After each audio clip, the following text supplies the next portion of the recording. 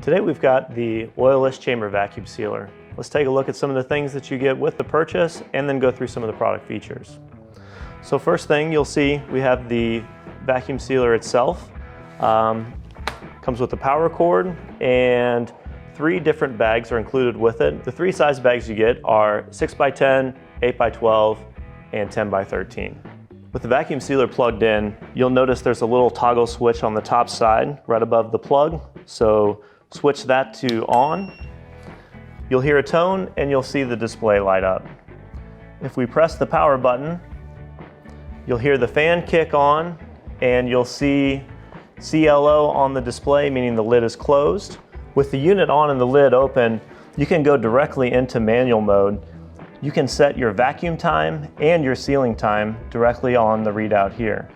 So with the manual button activated, you can increase your total vacuum time up or down from 5 to 80 seconds.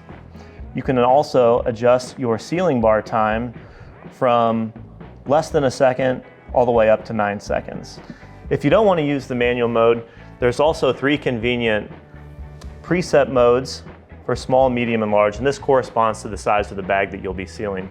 There's a nice tape on the front here that you'll see with the lid open that references the size of the bag: a small, a medium, and a large. Once you have the bag prepared, all you have to do is set it in with the opening, lay it across the sealing bar, close the lid, and the unit will automatically start the vacuum cycle. Once it's achieved the end of the vacuum cycle, it'll seal the bag, evacuate the chamber, and you'll have a sealed product. All right, we're gonna seal some steaks. So we're gonna place the bag in the chamber, tuck the edge, cross the sealing bar, make sure there's no wrinkles. Make sure that on the manual, we've got our time set to approximately 35 seconds. We want a pretty good seal on this. We're gonna adjust the seal time to 2.5 seconds.